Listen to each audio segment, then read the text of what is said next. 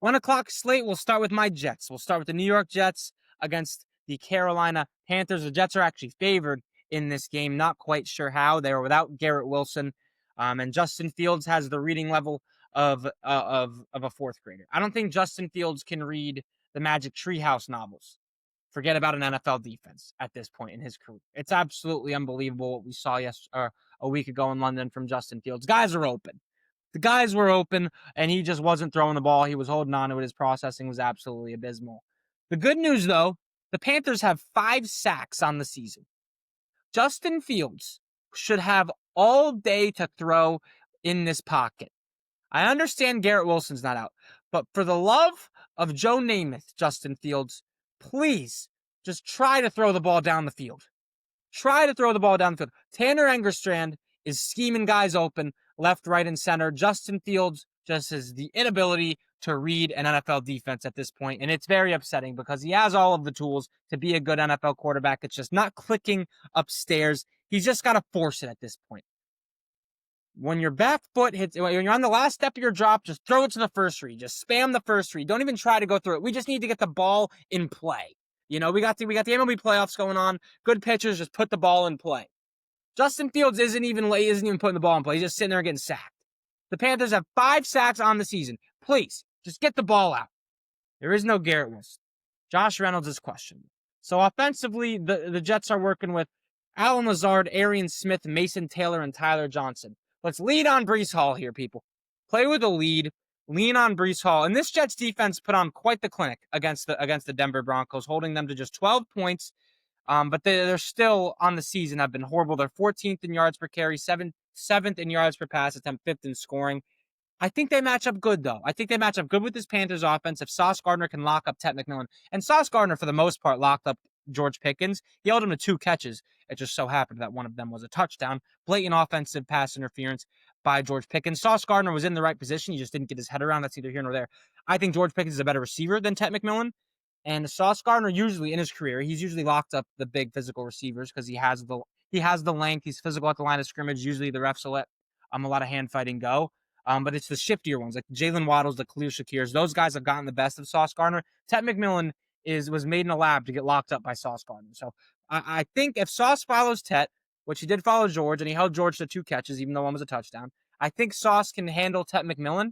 And then if we can just stop Rico Dowdle, which is a lot easier said than done, but this Jets defense has been better against the run as of late, especially against the Broncos in London. If they can just stop Rico Dowdle, contain him, contain the man. I know he looks like prime Todd Gurley. Let's contain him.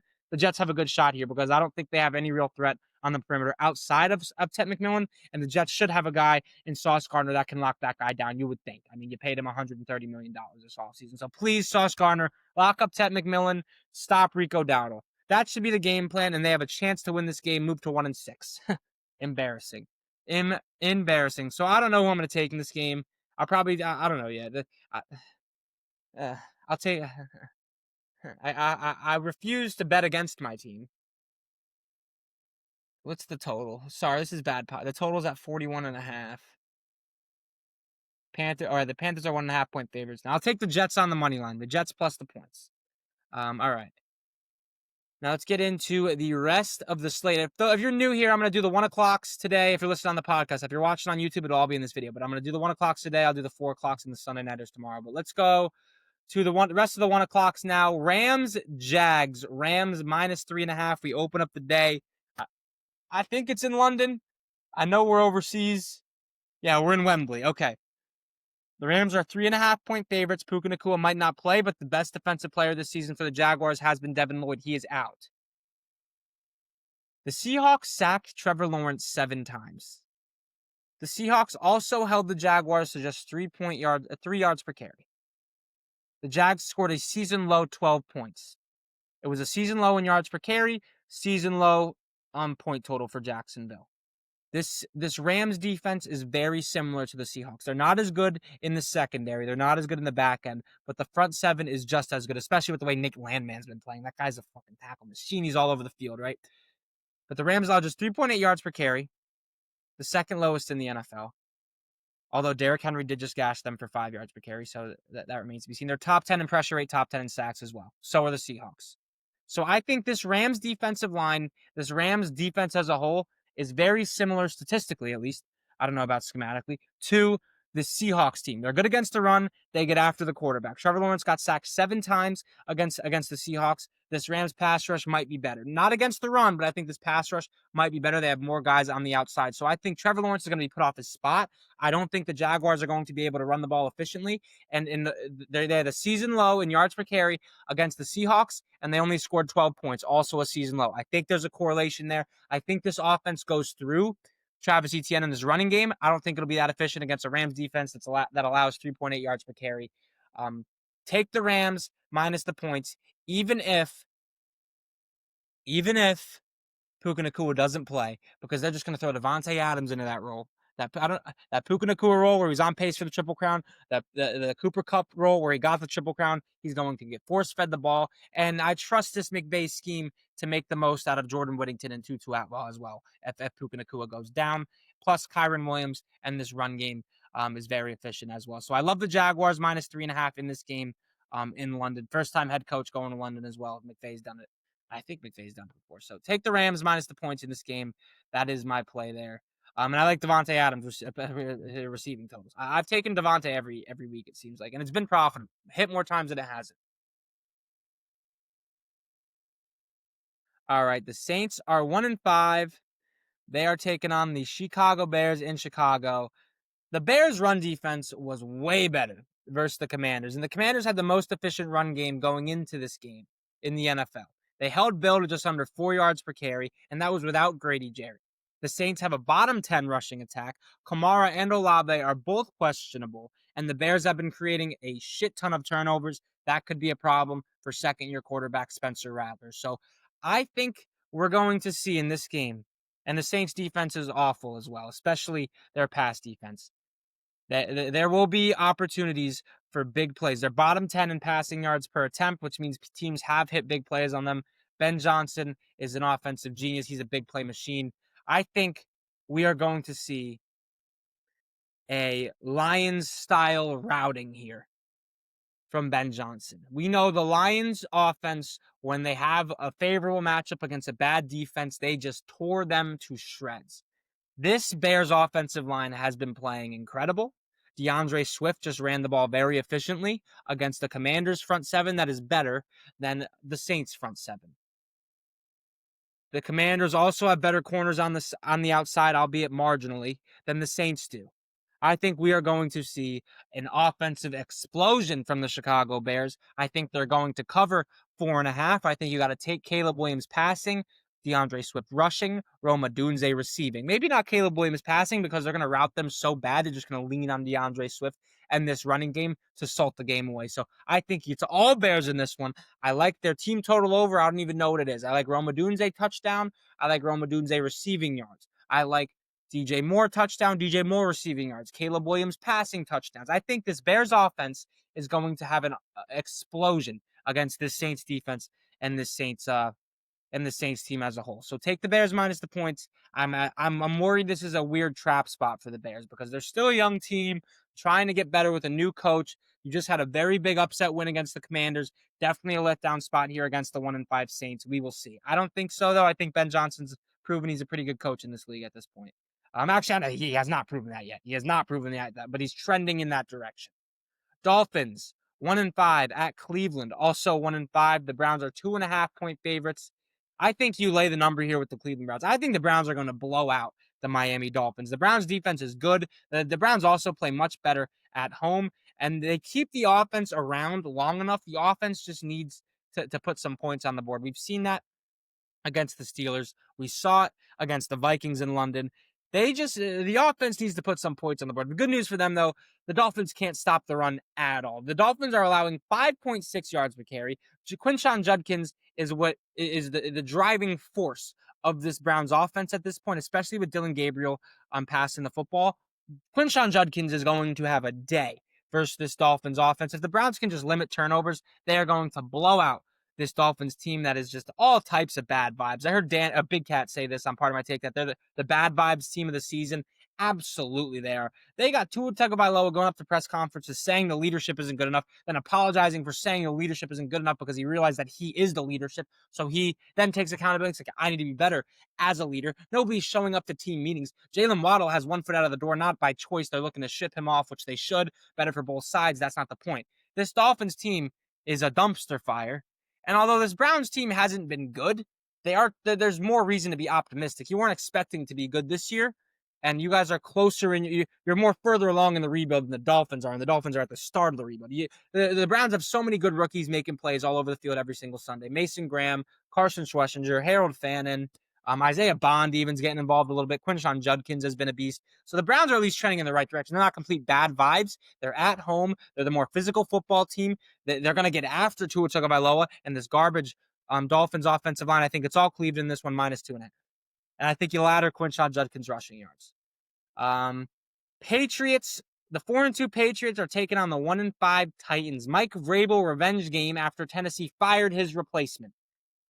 The Patriots are going to absolutely obliterate this Tennessee Titans team, particularly that Tennessee Titans defense. Offensively, Cam Ward has been sacked 25 times. The Titans average less than 4 yards a play offensively. They're the 31st ranked passing offense, 30th ranked rushing attack. They're not going to be able to move the ball at all against the Patriots defense since getting Christian Gonzalez back has held the Chiefs to 20 points, and all of their opponents are averaging 17 points per game against this Patriots defense with Christian Gonzalez playing.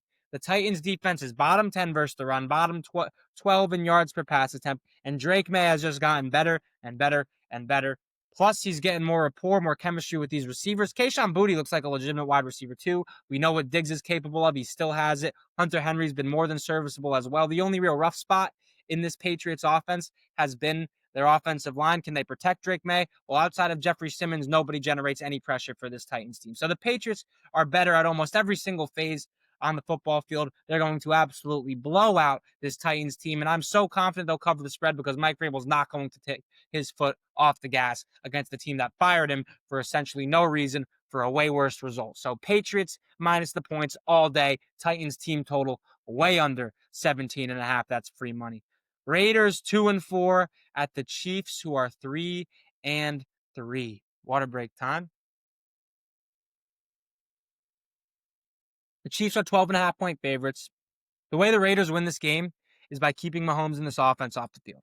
Run the ball with Genty, who's averaging 4.8 yards per carry since his breakout game with the Bears, or against the Bears. The Chiefs are allowing 4.7 yards per carry, the 8th worst in the league. So if the Raiders want a chance in this game, it's going to have to be behind Ashton Genty. I think Pete Carroll knows this. As long as Geno Smith doesn't turn the ball over, the defense has been playing a little bit better than a lot of people will think because of the point totals teams are dropping on them, but they're constantly working with short fields. They're constantly on the field because Geno just keeps giving the other offenses the ball. Pete Carroll said he wants to give Genty 20 carries a game. This Chiefs defense has been susceptible against the run, 4.7 yards per carry, 8th worst in the NFL. I think Ashton Genty rushing yards in the first half is a good bet in this game because they're going to try to establish the run as much as they can, keep this Chiefs offense off the field as much as they can, but eventually this Chiefs offense is going to get theirs, and they're going to have to put the ball in Geno Smith's hands if they want a chance because the Chiefs offense has been absolutely electric, man. Absolutely electric. So take Genty first half rushing yards. That's not a bet I usually like, but in this scenario, I think I like it a lot. They're going to make it a point to run the ball, but they're going to be getting blown out eventually that they're just going to be like, all right, shit, we got to pass now. Since getting Xavier Worthy back, I said this once, I'm going to say it again. I don't think people understand how good this Chiefs offense is going to be with Rashee Rice because it has been the best offense in the NFL already since getting Xavier Worthy back because they're averaging 30 points per game on offense, and Mahomes is averaging 313 total yards and 3 total touchdowns a game. That is without their best offensive weapon. That's with just getting their wide receiver 2 back. And before Rashee Rice got hurt last season, he led the NFL in yards after the catch, and he was second in receiving yards. After the bye week, his rookie season, so from week 11 to week 17, because he didn't play in week 18, Rashee Rice was 6th in receiving yards, led the NFL in yards after the catch with 391 as a rookie, and averaged 8 yards after the catch per reception. The only receiver with more than 50 targets was Deebo Samuel in that stretch.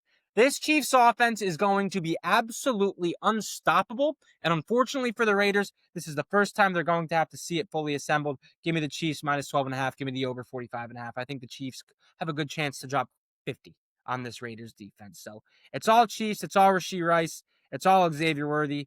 But I do like Ashton Jeanty in the first half to get like 50, 60 yards or something. So that's how I'm attacking this Raiders Chiefs game.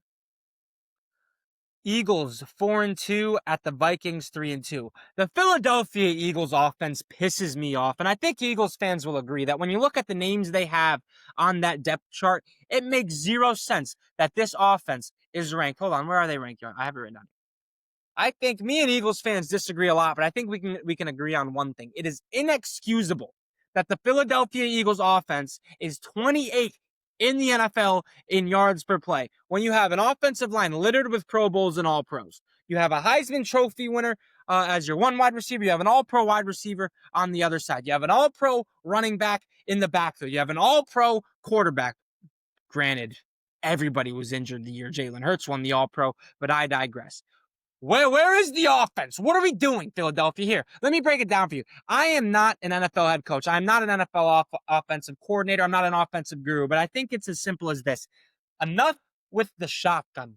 Get under center, hand the ball off to Saquon Barkley, and let him eat. He should be getting 15 carries a game. Once you establish the run, play action. Get Jalen Hurts moving outside the pocket. If A.J. Brown and Devontae Smith, your Heisman Trophy winner, and your all-pro wide receiver, some reason don't get open, that's fine. You have Dallas Goedert or Saquon Barkley. A nice, easy check down. If nothing's open, good thing Jalen Hurts is one of the best running quarterbacks in the NFL. They can use his legs. Why don't they do is that is not rocket science. This needs to be a run-first football team. They were a run-first football team. They were 4-0. Then they let the media get in their heads. They're like, they're not passing the ball enough. They tried to establish the pass. They dropped 2 games. Stick to running the football. If A.J. Brown wants to complain and whine about his targets, ship him off. I don't think it's that deep, though. I think the media is overblowing it. Run the ball, play action, A.J. Brown, Devontae Smith. Not rocket science in Philadelphia, Kevin Petula. Let's figure it out. The talent on that offense is unbelievable for them to be the 28th ranked offense in yards per play. In this game, though, the Vikings guard Don. I think the Vikings have a chance to move the ball on this Eagles defense that has been mediocre at best this season. Vikings guard Donovan Jackson and tackle Brian O'Neill are questionable. If both of them play, then this Vikings offensive line, they did lose Will Fries, but the Jurgens kid, the center, 7th round pick, I'm pretty sure he got some run last year. He's more than serviceable at the center position, at least according to PFF. But we all know we all know the fire PFF's been under recently. But Donovan Jackson, Brian O'Neill, solid players. Christian Darrisaw, one of the best tackles in football. Okay, so this offensive line, if those guys play, is going to be stout. The Eagles can't rush the passer. The Eagles cannot rush the passer. The Eagles defense is 27th in pressure rate, and Nolan Smith is out. So even their best pass rusher, Jalix Hunt isn't getting it done. Quinyon Mitchell, besides Quinyon Mitchell, none of their corners can cover. So I think even if it is J.J. McCarthy or Carson Wentz, and J.J. McCarthy looked bad in his 2 starts, besides 1 quarter against the Bears, but the Falcons' defense looks like the best in the NFL. Nobody had that on their bingo card at the time J.J. McCarthy made his first start. So I think J.J. will have time in the pocket because the Eagles' pass rush is non-existent. And Cam Skadadoo averaged 5 yards a carry. J.K. Dobbins averaged 4 yards a carry. Bucky Irving averaged 4.2 yards per carry. Kyron Williams averaged 4.7 yards per carry. Blake Corum also averaged 6 yards a carry in that game. So if they can get Jordan Mason going, they can run the ball. The Eagles do not have the guys on the outside to match up with Jordan Addison or Justin Jefferson. One of those guys is going to be matched up with Keely Ringo or Dory Jackson. That is not going to cut it. So I think the Eagles will be able to move the ball on this defense. I trust Jalen Hurts not to turn the ball over. I think J.J. McCarthy will, and I think the Eagles offense will get back to their style of football, run the football, and I think they'll win this game. They'll cover the spread. But I think this Vikings offense will have a pretty good day against the Eagles defense that has been, well, underwhelming to say the least. So I like the over 43.5, and I like the Eagles minus the points in this game as well. I didn't really get into too many player props, but I'll tell you this. I love Jordan Addison this week. I love Quinshon Judkins this week. I love Breece Hall this week, but I'm very, very bullish on T. Higgins tonight, and I'm very bullish on Jamar Chase tonight. I also love Chase Brown's under tonight. What other player props was I feeling? Devontae Smith I like. Roma Dunze's player props I like. Quinshon Judkins ladder totally in play. Titans team total under 17.5, under 10.5. I think those are some good plays as well. I don't know what to do with this Chiefs offense, so I'm staying away. But like I said, Ashton Jeanty first half rushing yards. Eagles-Vikings, Saquon Barkley rushing yard ladder. This Vikings defense also has not been good against the run. They're allowing 5.2, or no, that's the wrong thing. Where is it? Oh, fuck. Well, in London, Quinshaw Judkins and Kenneth Gainwell both combined were averaging like 5 yards per carry against this Vikings defense. So I think Saquon's going to have a good day as well. And if they're smart, they'll get back to running the football. Quickly, or I'll save the Giants Broncos stuff. But yeah. All right, let's get into the 4 o'clocks. Before we get into the 4 o'clock games, I want to talk to you guys about propsbot.ai. Go use code DSOC and you'll get a 1-week free trial to an AI algorithm that takes into account every metric, all the matchups, all the data about a certain player, and puts it into a confidence score from 0 to 1. Obviously, the confidence scores higher. The confidence scores closer to 1 are more likely to hit. So here are the best NFL Sunday bets via propspot.ai. So the best bets for this NFL Sunday: Breece Hall over 3.5 receptions. He's hit this in 3 of his last 5 games. No Garrett Wilson for the Jets in this one. So Justin Fields is going to be throwing the ball to Allen Lazard, Tyler Johnson, Arian Smith, Josh Reynolds, maybe. It's not going to be good. Breece Hall is going to get a lot of volume in the passing game, and this has a confidence score of 0.79 on propspot.ai. It's like a confidence score is an AI algorithm-based score from 0 to 1 that takes into account all of this player's data, all of their data against the matchup, puts it into a score. The closer to 1, the better. Propspot.ai. Use code DSOC for a 1-week free trial at this to see these confidence scores for all of your bets that you place on NFL Sunday. Has a 0.79 for Breece Hall over 3.5 receptions. One of the other highest confidence scores of the weekend is Jonathan Taylor, 111.5 rushing and receiving yards, confidence score of 0.71. He's gone over this in 6 of his last 10 games. The Chargers defense is allowing 5 yards per carry. This Colts offensive line has been imposing its will on teams, and I love this game to go over, which means potential passing volume for JT as well. So I think JT is going to run all over this Chargers defense, which is allowing 5 yards per carry, and I like the over, which means potential passing volume. So take 111.5 rushing and receiving yards for JT on propspot.ai, confidence score of 0.71 as well. All right. Giants at Broncos. The Broncos are 7-point favorites. The Giants defense relies heavily on their pass rush. The Broncos have one of the best offensive lines in football, so I think that's going to get neutralized. Then you're going to have Courtland Sutton against Paulson Adebo and or Cordell Flott and or Deontay Banks. That's not exactly an ideal matchup. Although I do think these Giants DBs will fare better against a Marvin Mims or a Troy Franklin. I think Courtland Sutton's going to have a favorable matchup on the outside no matter who he's up against. But the real kicker for this Giants-Broncos game is that the Giants allow 5.1 yards per carry on the ground, the 4th highest in the league. The Broncos are averaging 4.5 yards per carry on the ground, but they just put up a stinker. It was way higher before they put up a stinker on the ground versus this Jets defense.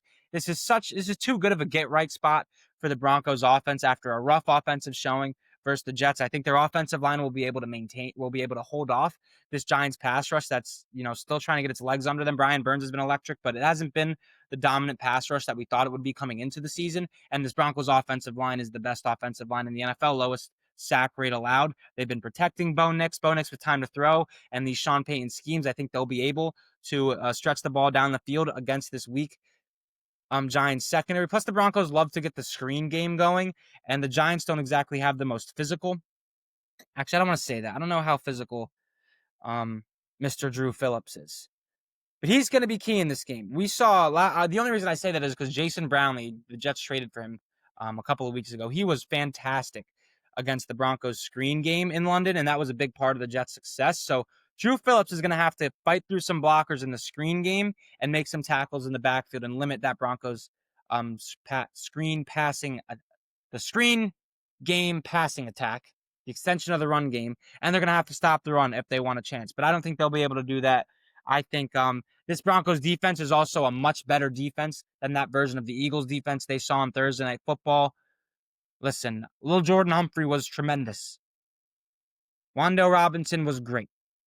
Jackson Dart was great. But Riley Moss and Pat Surtain is a different beast than Adoree Jackson and Keely Ringo. So I don't think they'll have a lot of success passing the ball, and I don't think they'll have a lot of success running the ball. The Broncos allow less than 4 yards per carry. I think the Broncos, good get-right spot here for that offense. And I think they shut down this Giants defense, or Giants offense. So no hard feelings if you're a Giants fan. Listen, I think the Giants are going to be fine. This is a very tough matchup versus a very good defense without any type of pass catchers on the outside in Mile High. It's just got to be all Broncos -7 in this game.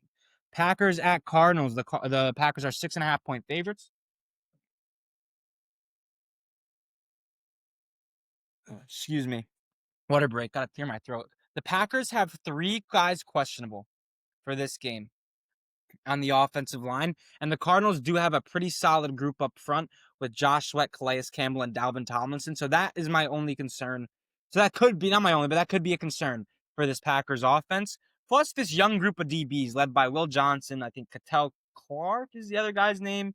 And they have another young DB as well on the outside with also Budda Baker. He's not young, but you get the point. Young DBs led by Will Johnson, who's been balling, have only allowed 1 300-yard passer so far this season. I think they match up well versus this Packers, dude, my throat is like itchy as fuck. Excuse me. That's poor YouTubing, poor podcasting. But my throat is itchy, bro. I think I let my cat in today, and I hope I'm not allergic, bro. That would suck. But I kick that motherfucker. Excuse me for cursing. Kick that guy right back outside. Anyway, the way the Cardinals win this game is stopping Josh Jacobs, because I do trust this Cardinals secondary to cover this group of Green Bay Packers pass catchers. Will Johnson's been a revelation. They've only allowed 1 300-yard passer. The only way they do get exposed is if Matt LaFleur out schemes Gannon, but I think this is a kitchen sink game for Gannon. If you don't know what that is, that means this coach is going to throw everything in his kitchen sink at the Green Bay Packers. He's coaching for his job. So I like the Cardinals to cover 6.5 in this game. The Cardinals have lost 4 straight games. The average point difference in those losses is 2 points against the Seahawks, 49ers, and Colts as well. Likely 3 playoff teams. There are at least 2 of those teams will definitely be in the playoffs. And they're hanging around. And you're getting 6.5 here at home. And the Packers have 3 questionable players on their offensive line with Josh Sweat, Calais Campbell, Dalvin Tomlinson coming at you. Not to mention how great this Cardinals pass defense has been when Will Johnson plays. They've only allowed 1 300-yard passer all season long. They don't exactly have elite weapons on the outside in Green Bay, at least not yet, even though Matthew Golden did have a little bit of a coming out party a week ago. I like the Cardinals to cover in this spot here at 6.5. They just play teams very tight. They're home. I think Gannon's going to be coaching for his job. And I think if Jacoby Brissett plays, I like their chances a little bit better, as crazy as that sounds, because he gets this ball out fast. He's going to need to get this ball out fast versus that Packers pass rush, whereas Kyler Murray likes to hold on to the ball and run around behind the line of scrimmage a little bit too long. And this passing game looked way better with Jacoby Brissett than it in one game than it looked with Kyler Murray all season. And that was without Marvin Harrison Jr., who was limited at practice, so he may play today. So the Cardinals are my upset pick 2 weeks in a row. I like them plus 6.5 points here. And I like them on the money line too, just a tad. For those of you, if you're new around here, 3 weeks ago I said the Chargers were my upset pick. They won outright. 2 weeks ago I said the Titans were my upset pick. They won outright. Last week I said the Cardinals were my upset pick. They didn't win outright, but they did cover. So that's 3 straight weeks. The team that I pick as my at least a touchdown underdog upset pick has covered the spread 3 straight. So we're gonna try and make it 4 here. I like the Cardinals. I'm gonna take their money line too here. I think he's coaching for his job. And I like their matchup on the defensive line against this Packers offensive line. I think this Cardinals defense will be able to contain the Packers. And I love them even more if Jacoby Brissett plays as well. All right, Colts at Chargers. The Chargers are 1.5-point favorites. This is the most fun game on the slate, easily. The Colts haven't beat anyone besides the Broncos, but there was a phantom leverage call. They beat the Titans, the Dolphins, the Raiders, and the Cardinals. They lost a close game to the Rams. So A.D. Mitchell fumble, 10 men on the field for the Tutu Atwell touchdown. I get all that. And I don't think the Colts are bad. But this defense without Charvarius Ward last week just got absolutely shredded. Shredded by Jacoby Brissett, who didn't even have Marvin Harrison Jr. Charvarius Ward wasn't in practice. I don't think he plays in this game. I think Justin Herbert with Quentin Johnson back in the mix, Keenan Allen, Ladd McConkey are going to torch this Colts secondary if Joe Alt plays. Because this Colts pass rush has been ferocious, and when Joe Alt hasn't been playing, Justin Herbert's been running for his life. So if Joe Alt plays, that changes everything. You take the Chargers. If Joe Alt doesn't play, you take the Colts. I think he has that much impact on this game because this offense is completely different when Justin Herbert has time in the pocket. And if he has time in the pocket against this Colts secondary without Charvarius Ward, who's having a tremendous season, I think the Colts are in real trouble defensively. So I love the over in this game, number one, but I love the Chargers if Joe Alt plays. I love the Colts if Joe Alt doesn't play. And Bradley Bozeman also might be making his return for this Chargers offense as well. But the Colts are top 10 in pressure rate and sacks, so they really need Joe Alt to play in this game. No matter what, I love the over. The Colts offense is so efficient, man. They move the ball well versus the Rams and the Broncos, two of the best in the league. So you can say what you want about this Colts team. They haven't beat anybody, but the offense has showed up against the cream of the crop defenses in the NFL so far this season. They showed up against the Rams. They showed up against the Broncos. I think they have the best offensive line in football. They have one of the best running games in football with Jonathan Taylor. Daniel Jones has been sacked the least in the NFL. The Colts are allowing the lowest sack rate in the NFL. I think no matter what you say about this Colts team, if they beat nobody, whatever, you can't take away how legitimate this offense is. I think it's one of the best offenses in the league, even though they have done it against some bad teams. They produced against some good teams as well. So I think these offenses are going to cook. I think we're going to see a little bit of hero ball from Justin Herbert. So I love over 48.5. I love Jonathan Taylor's rushing yards in this game. The Chargers defense are allowing 5 yards a carry. It's going to be JT all day long in this game as well. So I'm absolutely in on the over. And if Joe Alt plays, I'm on the Chargers. If Joe Alt doesn't play, I'm on the Colts. That's how you attack this game. I think Herbert is in for a monster game as well. So I'm on Justin Herbert passing yards. The Chargers might have one of the best receiving corps in the NFL. The Colts are without their best corner, and their CB2. They're without their 3 starting corners. Not Jalen Johnson. It's Jalen something. He's out. Kenny Moore is questionable. Charvarius Ward wasn't at practice. So I think that this Colts secondary is in real trouble with Herbert coming to town, especially if Joe Alt plays and they can protect Herbo. So I like Herbert passing yards, and I like JT rushing yards in this game as well. Commanders at Cowboys, excuse me. Unfortunately, I really like the Cowboys in this game. 1.5 point favorites at home. Debo and Terry both weren't practicing. So the Commanders are likely to be rolling with Luke McCaffrey and Jalen Lane. Hey, let's let the young boys eat here. I don't want to completely write out these young dogs. Luke McCaffrey's flashed a lot this season, and Jalen Lane flashed a little bit last week as well. He has some explosiveness in him as well. But man, no Debo and no Terry would be brutal for this Commanders team. This Commanders rushing attack that's been the best in the league through the first 6 weeks of the year got contained a little bit a week ago against the Bears run defense that has been horrible so far this season. So that does concern me as well. This Cowboys offensive line is also playing at an elite level. They're allowing the 3rd lowest sack percentage in the NFL, only behind the Colts and Broncos. A lot of that is Dak getting the ball out fast, but they're also doing a great job protecting him. The Cowboys are allowing 4.9 yards per carry. Or they're averaging 4.9 yards per carry, excuse me. DeAndre Swift just averaged 7 yards per carry on the ground for this Commanders team. And the Cowboys are getting CeeDee Lamb back. This Commies secondary has gotten exposed when the pass rush isn't getting home. I don't expect the pass rush to get home. CD, Pickens, and Ferguson is just too much with the way Dak is playing. I think Cowboys minus 1.5 is in play here, and I think you got to take some player props, whichever ones you feel comfortable with. I'm not going to tell you there's so many different players on both of these offenses that can produce. I'm not going to tell you which player props to pick. I will tell you this, though. I think the Cowboys are going to be playing with a lead, and I think the Commanders are going to be playing from behind. So I would lean Jaden Daniels passing props, and I would lead Javonte Williams rushing props. That being said, though, early on in this game, I think Pickens and CD, it's going to be interesting to see how they work together. That's why I'm not really leaning either way. But if you have strong conviction on one of them, I would take that. I'd take their props. I'd tell you could honestly take both of their props and be pretty okay. I wouldn't touch Jake Ferguson. I think with CD coming back, a lot of those 3rd downs where Dak would look Ferguson's way might go to CD now. So I think he's going to hurt more than GP is. But I think GP is still going to get the touchdown looks. I think CD is still going to get obviously his. We'll see here. It's interesting, but I think there's going to be a lot of scoring. I think there's going to be a lot of offense. So wherever you feel conviction in this game with the player props, bet it confidently because I think there's going to be a lot of offense. Okay, let's get to the Sunday night football. Let me get another sip of water. Clear my throat. Okay. Falcons at 49ers. The 49ers are 2.5 point favorites. There's a lot of injury concern going around with the 49ers. George Kittle is expected to make his debut. That's huge for the Niners. But Ricky Pearsall didn't participate in practice. Juwan Jennings and Brock Bowers were limited. Kendrick Bourne has been great. So has Mac Jones. But this Falcons secondary has been playing lights out. The Falcons are allowing the third least amount of yards per pass attempt. They have allowed 600 passing yards in 5 games, a little over 6. I think it's like 650 around there in 5 games. That is absolutely nasty. AJ Terrell's playing at a Pro Bowl level. Jesse Bates and Xavier Watts it looks like the best safety duo in the NFL. Xavier Watts is a rookie. The weakness in this Falcons defense is the run D. They're allowing 4.8 yards per carry, but the 49ers run game has been horrible. The offensive line in general, not very good.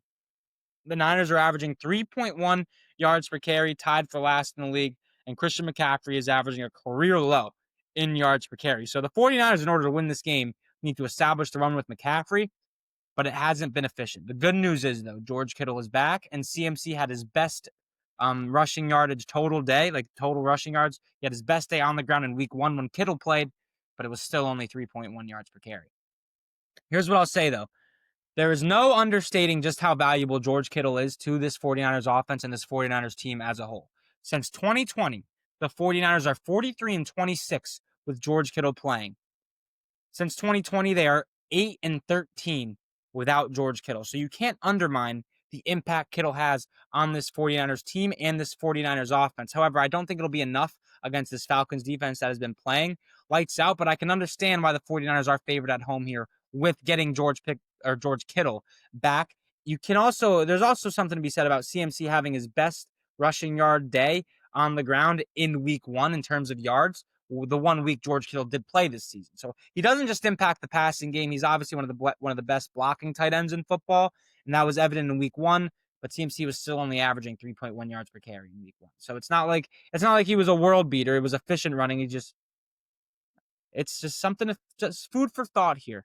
So I understand the Niners are 2.5-point favorites, which makes a little bit of zero sense considering the way they just played and the way the Falcons have been playing recently. But George Kittle coming back is huge for this 49ers team. That being said, I'm taking the Falcons here. I'm taking the Falcons. Bijan Robinson has looked absolutely unstoppable. Fred Warner is out. Bijan is in for a monster day. Take his scrimmage yards as well in this game. And the 49ers are 31st in sacks and pressure rate. With all the injuries on the defensive side of the ball, Penix has also been well protected, only sacked 7 times, and the Falcons have the 4th lowest sack rate allowed in the NFL. This 49ers defense isn't stopping this Falcons offense, and this Falcons defense will be able to contain this 49ers offense. Penix has had it all day to throw so far this season. The Niners don't generate any pressure unless it's simulated, but you can't leave Drake London, and Darnell Mooney's back in this game as well. Likely he's practicing. You can't leave these guys in man coverage. Penix will pick them apart. So I love the way this Falcons offense matches up with this Niners defense, especially with Fred Warner out, who's like his main matchup would be Bijan Robinson, the number 1 weapon in this Falcons offense. So I think the Falcons offensively are going to have a monster day versus very, very banged up 49ers defense that generates 0 pass rush. Take the Falcons on the money line. Take the Falcons +3. Take Bijan Robinson scrimmage yards. So that'll do it for the video. Before you go, I have some more Sunday Night Football player props brought to you guys by PropSpot.ai. The best Sunday Night Football player props, we have George Kittle making his return, and his longest reception is 20.5 yards. I understand how good the Falcons' pass defense has been, but George Kittle has hit this total in 8 of his last 10 games, and it has a confidence score of 0.78 on PropSpot.ai, which uses an AI algorithm to put a score of 0 to 1, 1 being the highest, obviously, of every metric you could think of for a certain player prop, taking into account their matchup, how they played in their previous games. 0.78 is a very, very high confidence score for George Kittle to go over 20.5 receiving yards on his longest reception. Another high confidence score for this Sunday Night Football game is Bijan Robinson over 120.5 rushing and receiving yards combined. No Fred Warner in this game for the 49ers, and Bijan Robinson looks like he's off to a offensive player of the year pace. Download PropSpot.ai and get access to all of the confidence scores for NFL Sundays, and use code DSOC for a 1-week free trial. Thank you everybody for watching. Hit the subscribe button. Hit turn on post notifs. I'm dropping one of these every episode. I'm sorry if the camera switched. I'm just realizing now that it looks a little crooked. That's on me. We're here. Hand up. We're here. That's my bad. But yeah, hit the follow button, hit the subscribe button, follow on all platforms. Fire Sports takes this thing's going to the moon, baby. And everybody have a blessed NFL Sunday. I love you all. Hit the subscribe button.